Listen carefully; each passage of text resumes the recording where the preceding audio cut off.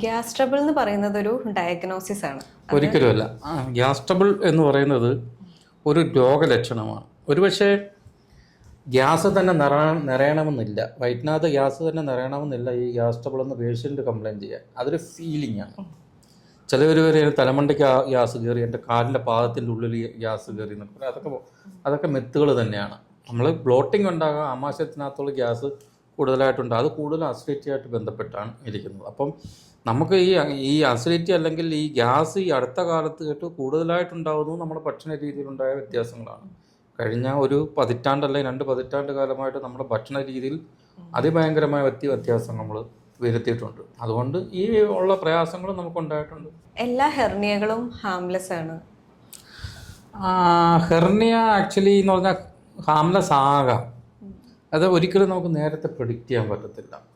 ഇപ്പോൾ ഒരാൾക്ക് ഹെർണിയ, പ്രത്യേകിച്ച് നമ്മൾ ഹെർണിയ എന്ന് പൊതുവേ പറയുന്നത് നമ്മുടെ തുടയിടുക്കിലുണ്ടാകുന്ന ഹെർണിയാണ്. അപ്പോൾ ഈ ഹെർണിയ എന്ന് പറഞ്ഞാൽ ഉദരാശയ ഭിത്തിയിലുള്ള ഏതെങ്കിലും വിള്ളലിലൂടെ കുടലോ അനുബന്ധ ഭാഗങ്ങളോ മറ്റ് ഭാഗത്തേക്ക്, ഒന്നുകിൽ നെഞ്ചിനകത്തോട്ടേക്കാകാം, അല്ലെങ്കിൽ വയറ്റിന് പുറത്തേക്ക് അറ്റാക്കാം, അല്ലെങ്കിൽ തുടയിടുക്കിലോട്ടാക്കാം.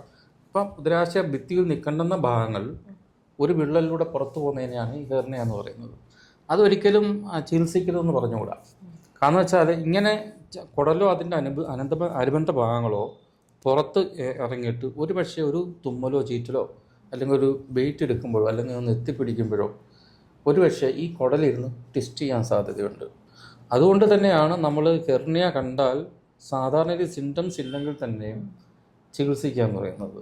അതിൻ്റെ ചികിത്സാ രീതി എന്ന് പറഞ്ഞാൽ ഇപ്പം ലളിതമാണ്. കീഹോൾ സർജറി വെച്ച് മിക്കവാറും എല്ലാ ഹെർണിയകളും ചികിത്സിച്ച് മാറ്റാൻ പറ്റും.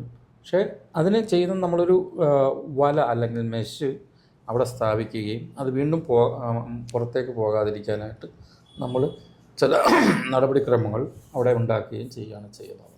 എല്ലാ ദിവസവും അസിഡിറ്റി ഉണ്ടാകുന്നത് നോർമലാണ്?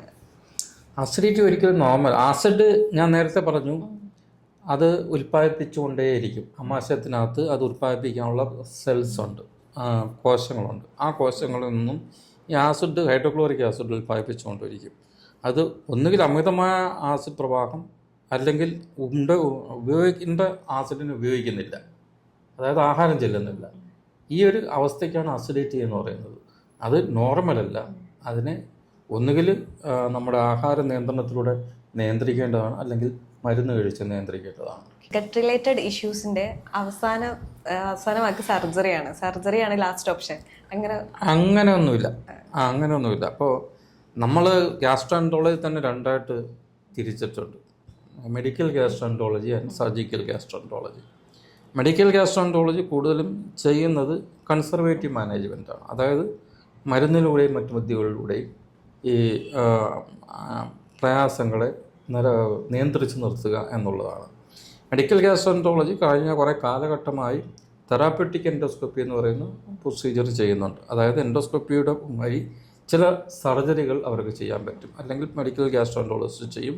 പ്രത്യേകിച്ചും വിദഗ്ധരായിട്ടുള്ള മെഡിക്കൽ ഗ്യാസ്ട്രോഎൻട്രോളജിസ്റ്റ്, ഫോർ എക്സാമ്പിൾ പിത്തക്കുഴലിനകത്തുള്ള കല്ല് എൻഡോസ്കോപ്പ് വഴി നീക്കം ചെയ്യാൻ പറ്റും, സർജറി ആവശ്യമില്ല. അങ്ങനെ ചില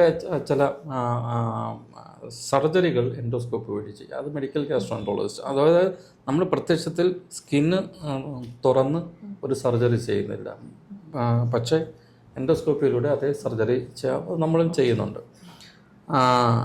അതുകൊണ്ട് ഇതിൻ്റെ ഏറ്റവും അവസാനം സർജറിയാണ് എന്നുള്ളത് തെറ്റാണ്.